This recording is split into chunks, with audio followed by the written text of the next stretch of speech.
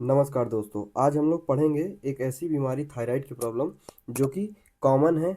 सिर्फ हमारे यहाँ इंडिया में ही नहीं, ये जो है आपका world wide most common hyper thyroid की प्रॉब्लम है, जिसका नाम है ग्रेव्स डिजीज़।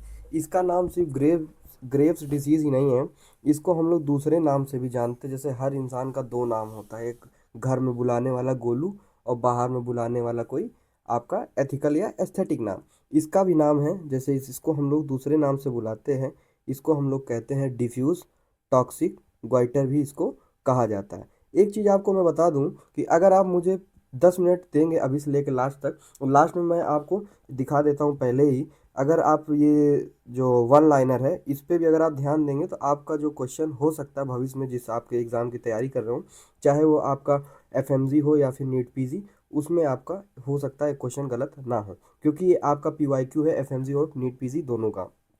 समय ना खराब करते हुए कि आप सब्सक्राइब करिए, वो आपके ऊपर है। अगर आपको ठीक लगता है तो आप डेली एक टॉपिक के लिए आप इस चैनल को सब्सक्राइब कर सकते हैं, डॉक्टर्स पाठशाला को। समझते हैं ग्रेव्स डिजीज। ग्रेव्स डिजीज दोस्तों आपकी एक तरीके की ऑटो इम्यून समस्या है।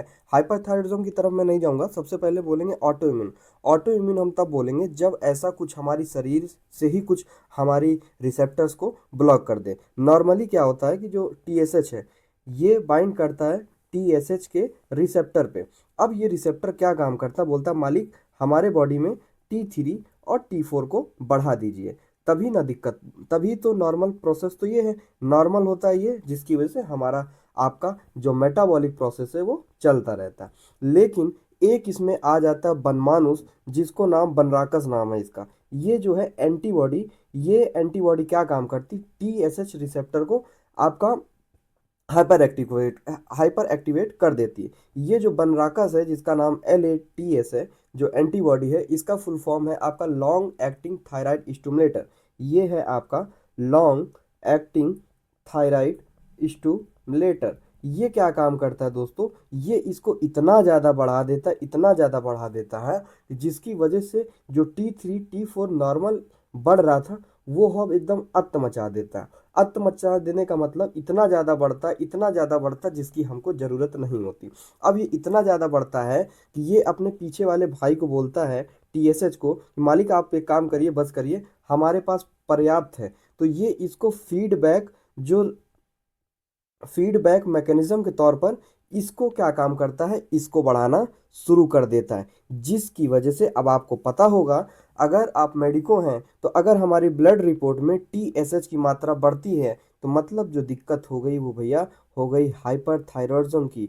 तो आपको दिक्कत, ये इसका मेन पैथोलॉजी है। अभी अगर आप ये 2 मिनट सुन लेंगे तो आपको आगे जो थ्योरी दिखी उसमें कोई समस्या नहीं होगी, जिसकी वजह से हमको ये दिक्कत हुई। फाइनल में हमको क्या हुआ, फाइनल में हमको टीएसएच बढ़ गया। क्यों बढ़ा, क्योंकि T3 T4 आपका लेट्स एंटीबॉडी की वजह से बढ़ रहा था। अब समझ लेते क्या है फॉर्मेलिटी के तौर पर जो थ्योरी लिखी है। थ्योरी ये लिखी है कि आपका एंटीबॉडी स्टिमुलेट कर देता है, जिसकी वजह से एक्सेस थायराइड बनने लगता है। कारण क्या है, ऑटोइम्यून, मैंने आपको बता दिया कि लेट्स एंटीबॉडी की वजह से बनता है। जेनेटिक फैक्टर जो प्ले करता है रोल, HLA-B8 और DR3 की वजह से, ये जीन की वजह से होता है। ज़्यादातर आपने देखा होगा जो थायराइड की प्रॉब्लम है वो फीमेल्स में ज़्यादा देखी जाती। कई बार इसकी जो समस्या है वो कोई आप चिंता कर रहे हैं, स्ट्रेस ले रहे हैं या किसी तरीके का इन्फेक्शन हुआ है तो भी ये हो जाता है। अक्सर जो प्रॉब्लम है वो प्रेगनेंसी के बाद, पोस्टमार्टम के बाद देखा जाता है। वहीं अगर रॉबिन्स की बात करें, जो कि हमारी पैथोलॉजी में इंपॉर्टेंट रोल प्ले करती है हमारे एग्जाम में भी, वो ये कहती है कि जो आपका टीएसएच रिसेप्टर की एंटीबॉडी है ये आपका एक्टिवेट कर देता है टीएसएच को, जिसकी वजह से साइक्लिक एएमपी बढ़ जाता है, T3 बढ़ जाता है। ये जो कहानी इसमें लिखी है वो मैंने आपको आसान सी भाषा में गोलू की कहानी से समझा दिया था। इसके बाद ये क्या काम करता है, ऑटो इम्यून इन्फ्लामेशन की वजह से ये जो इन्फ्लेटेशन है ये लिम्फोसाइट की वजह से होता रहता है। अब इसमें एक बैली में एक ट्रायड दिया है, ट्रायड ये दिया है, उसमें ये देखा जाता है कि हाइपर पैराथायरिज्म देखा गया आपको, इसके साथ साथ ग्वाइटर देखा गया, और साथ ही साथ अगर कोई मरीज आता है जिसका आपको ऑप्थेल्मोपैथी देखी जाती, या फिर इसी को हम लोग एक्सोथेल्मस भी कहते हैं। अब आपको एक चीज बता दी, आप इस प्यारी सी आँख को देखिए, आप ये देखिए कि इसकी आँख कितनी ज़्यादा बड़ी है। आपने कभी ये सोचा कि आखिर ये जो बड़ी हुई है ये क्यों हुई है, क्यों, इसका कारण क्या है?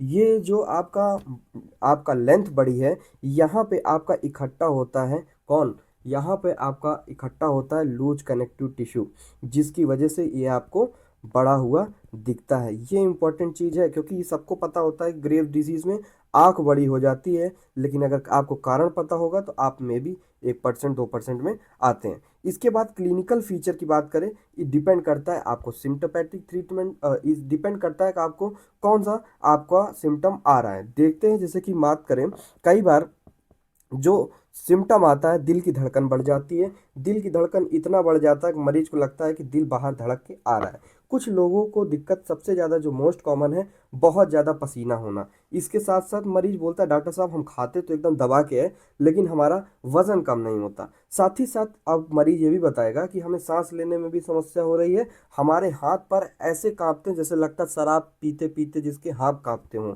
तो उसको ज़रूरी नहीं है कि वो दारू की वजह से हो सकता है उसको हाइपर पैराथायराइडिज्म हो। ये तो मैंने आपको बताने के लिए, याद करने के लिए बता दिया, बाकी ऐसा कोई रिलेशन इसका है नहीं।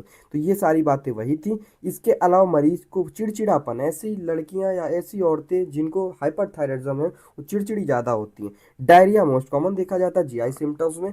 इसके अलावा स्पेसिफिक फीचर, जैसा कि मैंने आपको बताया कि एक्सोथैलेमस देखा जाता है, जिसमें क्या होता है दोस्तों, कई बार ये जो आपका एक्सोथैलेमस का कारण मैंने आपका लूज कनेक्टिव टिश्यू का डिपोजिशन बताया। वहीं पर देखिए, जो आपके पैर होते हैं, जिसको हम लोग बोलते हैं आपका प्री टिबियल मिक्स एडिमा, मतलब पैर में भी सूजन आ जाती है। इसका जो कारण होता है वो दोस्तों एक्युमुलेशन होता है, ग्लाइकोसामीन ग्लाइकन का डिपोजिशन हो जाता है, जिस वजह से ये दिक्कत देखी जाती है।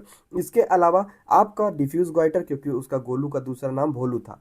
अब मन में ये सवाल आता है कि ये बताओ, आपने इतनी बतौलेबाजी कर ली, हमको पता कैसे चलेगा जांच करा के? इन्वेस्टिगेशन अगर हमको कराना होगा, जैसा कि पहले बताया कि सबसे ज़्यादा आपका जो TSH है वो, सॉरी अगर शायद मैंने ऊपर एरो ऊपर कर दिया है, ये एरो इसका TSH, क्योंकि अगर ये कम होगा तभी तो हाइपर पैराथायराइडिज्म हो, सॉरी हाइपर थायराइडिज्म होगा, लेकिन यहाँ पे उल्टा हो गया था।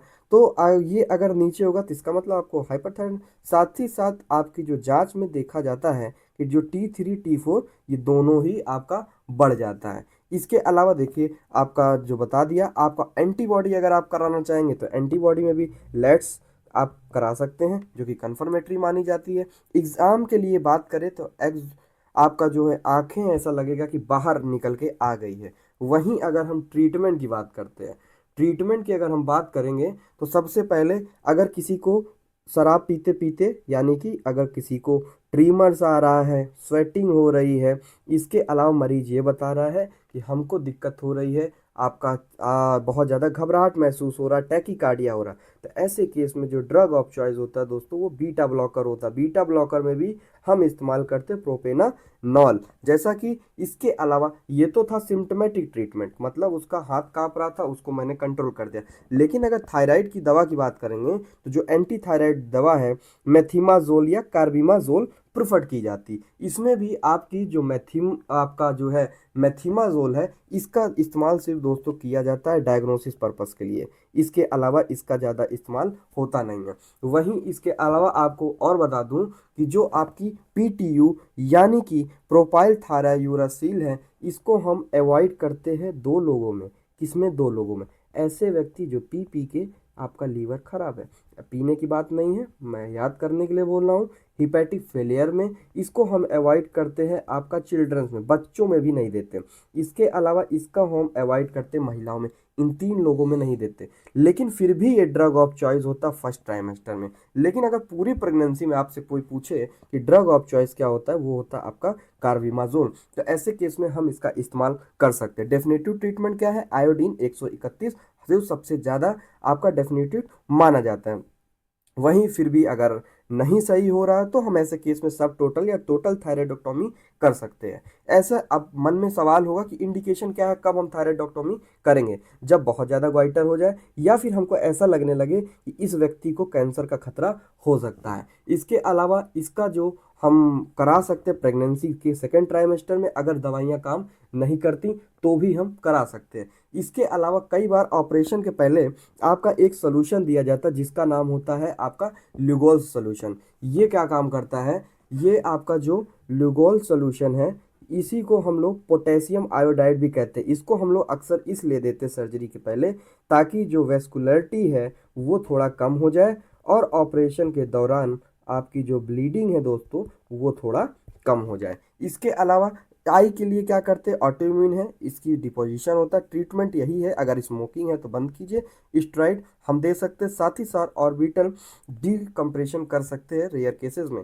कॉम्प्लिकेशन, अगर इलाज नहीं कराते, कई बार थायराइड स्टॉर्म देखा जाता है, दिल की धड़कन बढ़ जाती है, हड्डियां कमजोर होने लगती हैं। इसके अलावा सीवियर केसेस में, जैसा कि पहले ही वो आपका दीदी की फोटो आपने देखी थी, ये ऐसी दिक्कत भी आपको हो सकती है। इसके अलावा लास्ट में समझते हैं, अगर अभी तक आपने बातों को ध्यान से सुना है तो अच्छी बात है, नहीं तो अगर आप 10 पॉइंट भी याद करेंगे तो आपका काम, आपकी जो जिंदगी है मेंटोस वाली हो सकती है। जैसे कि वन लाइनर्स की मैं बात करूं कि हाइपरथायराइडिज्म का मोस्ट कॉमन कॉज क्या है पूरे वर्ल्ड वाइड, इंडिया की नहीं, ग्रेव्स डिजीज है। इसके अलावा ये होता क्यों है, क्योंकि टीएसएच जो है रिसेप्टर इसका एक्टिवेट हो जाता है। एक्टिवेट कौन करता है दोस्तों, LATS, यानी कि आपका longest acting thyroid stimulator act करता है।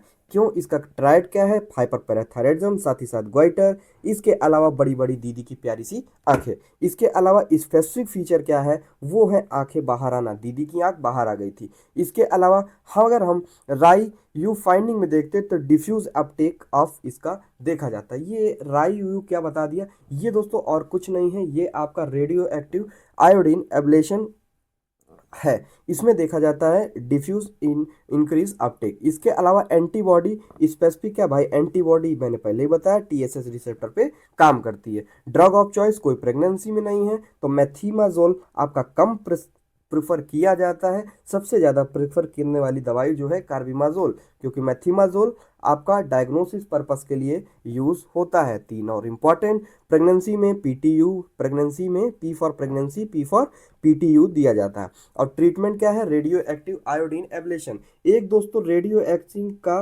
आपका आइसोटेप होता है 123, 123 अगर आपको याद हो तो 123 में 2 हटा दीजिए, ये डायग्नोस्टिक पर्पस के लिए यूज होता है, मतलब ये 13 घंटे काम करता है, इसका पर्पस सिर्फ डायग्नोस्टिक है। वहीं 131 का डायग्नोस्टिक प्लस ये आपका थेरेपेटिक दोनों काम करता है।